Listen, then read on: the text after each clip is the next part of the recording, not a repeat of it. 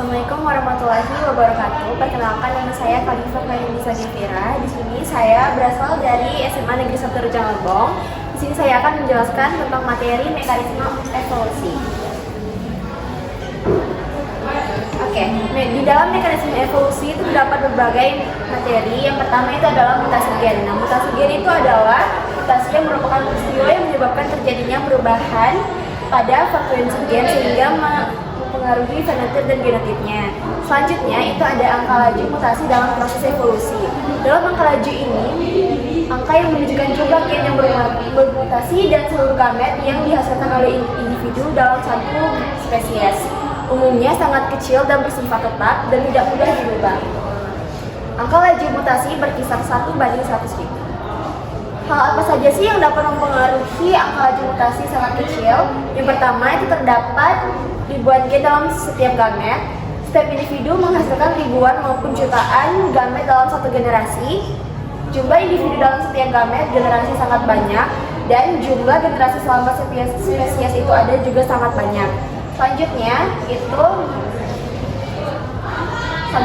ada hukum Hardy-Weinberg yang dimana pada tahun 1908 Godfrey Harold Hardy dan Wilhelm Weinberg mengemukakan hukum Hardy-Weinberg bahwa frekuensi alel dan frekuensi genotip dalam suatu populasi dari generasi ke generasi lainnya itu tetap konstan dan pada kondisi tertentu. Selanjutnya, di sini terdapat beberapa rumus yang terdapat dalam hukum Hardy-Weinberg. Yang pertama, frekuensi gen. Frekuensi gen itu terdapat P yang merupakan frekuensi alel dominan serta Q merupakan frekuensi alel resesif. Dengan rumus P ditambah Q sama dengan 1. Selanjutnya itu ada frekuensi genotip. P kuadrat merupakan frekuensi genotip homozigot dominan. 2PQ merupakan frekuensi genotip heterozigot dan Q kuadrat merupakan frekuensi genotip homozigot resesif. Dengan rumus P kuadrat ditambah 2PQ ditambah Q kuadrat sama dengan 1. Selanjutnya, di sini ada beberapa contoh soal. Yang pertama, itu adalah frekuensi genotip A resesif dalam satu populasi 0,25. Tentukan frekuensi gen A dominan dan A resesif serta frekuensi genotip A besar, A besar, A besar, A kecil, dan A kecil, A kecil. Yang pertama, kita mencari frekuensi genotip homozigot resesif A kecil, yaitu dengan P kuadrat sama dengan 0,25. Sehingga frekuensi genotip A kecilnya itu Q sama dengan akar dari 0,25 sama dengan 0,5. Jadi kita gunakan rumus P tambah Q sama dengan 1, itu frekuensi gen A dominan, P sama dengan 1 dikurang 0,5 sama dengan 0,5. Selanjutnya frekuensi genotip A besar, A besar, A besar, A kecil, dan A kecil, A kecil itu P kuadrat ditambah 2PQ ditambah P kuadrat, Q kuadrat sama dengan 1. Sehingga 0,5 kuadrat A besar ditambah 2 dikali 0,5 dikali 0,5 A besar A kecil ditambah 0,5 kuadrat A kecil sama dengan 0,25 A besar ditambah 0,50 A besar A kecil dan ditambah 0,25 A kecil. Selanjutnya itu ada contoh soal yang kedua, yaitu jumlah individu dalam suatu populasi adalah 60.000 orang. Perbandingan penderita albino dengan orang normal adalah 1:100.000 banding 10.000. Berapakah jumlah orang yang normal heterozigot? Yang pertama, albino bersifat homozigot resesif yaitu A kuadrat. Frekuensi orang albino 1:10.000 sama dengan 0,0001 sama dengan A kuadrat. Frekuensi albino sama dengan A sama dengan akar dari 0,001 sama dengan 0,01. Jadi A dominan ditambah A resesif sama dengan 1. Frekuensi A dominan adalah 1 dikurang A sama dengan 1 dikurang 0,1 sehingga hasilnya 0,99. Frekuensi orang normal heterozigot yaitu 2 A besar A kecil sama dengan 2 dikali 0,99 dikali 0,01 sama dengan 0,0198. Jadi jumlah orang yang normal heterozigot adalah 0,0198 dikali 60.000 sehingga menjadi 1.188 orang. Selanjutnya, di sini ada perubahan kesetimbangan frekuensi alel dan genotip dalam populasi. Yang pertama itu adalah hajatan genetik.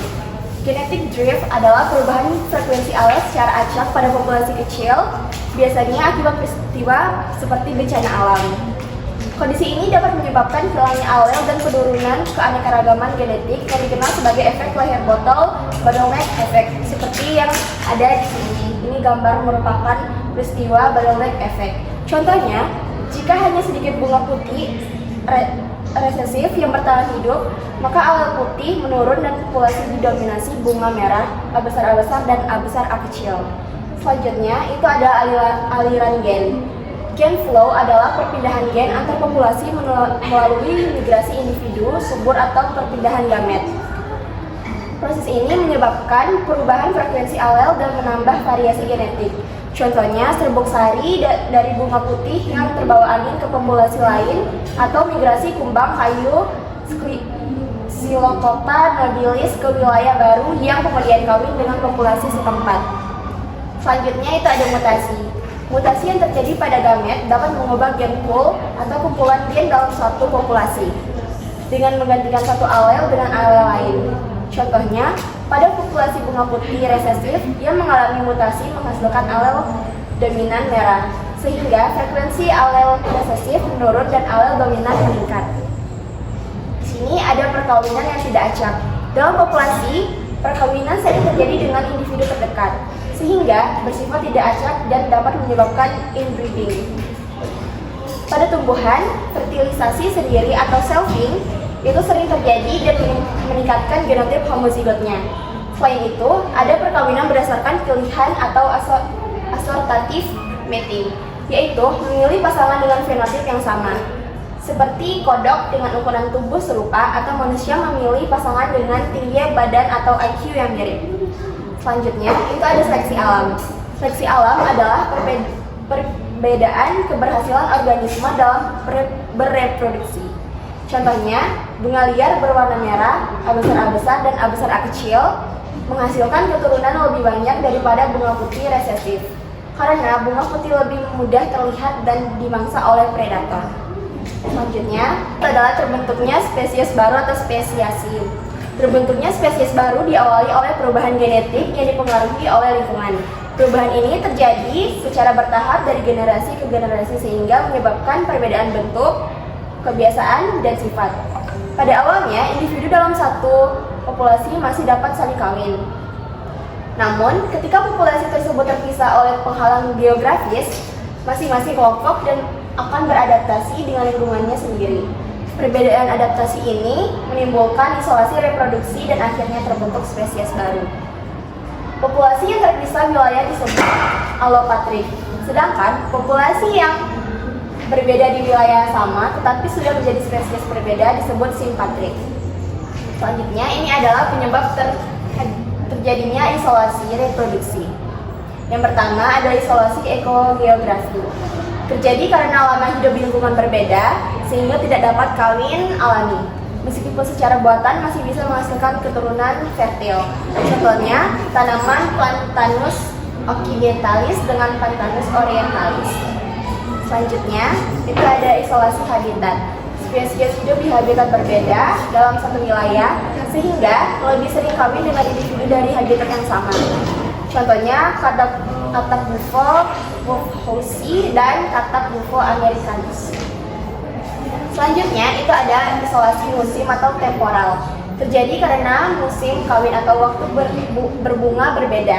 Contohnya, Pinus radiata dengan Pinus muricata.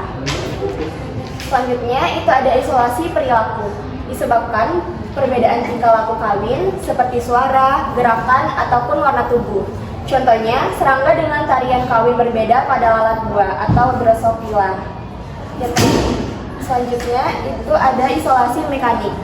Terjadi karena alat reproduksi atau struktur tubuh tidak cocok, sehingga perkawinan tidak dapat terjadi. Contohnya, bunga Salvia apiana dengan Salvia mellifera. Oke, jadi kesimpulannya itu adalah mekanisme evolusi adalah gabungan proses biologi seleksi alam, mutasi, hanyutan genetik, dan aliran gen yang menyebabkan perubahan frekuensi gen atau alel dalam suatu populasi dari generasi ke generasi lain.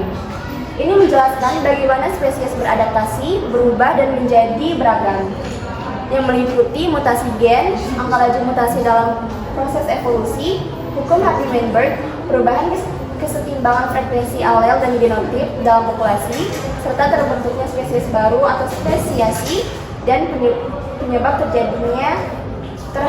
terjadinya solusi reproduksi. Oke, sekian dari presentasi saya hari ini. Semoga apa yang saya sampaikan dapat diterima oleh para sobat geologi. Terima kasih. Wassalamualaikum warahmatullahi wabarakatuh.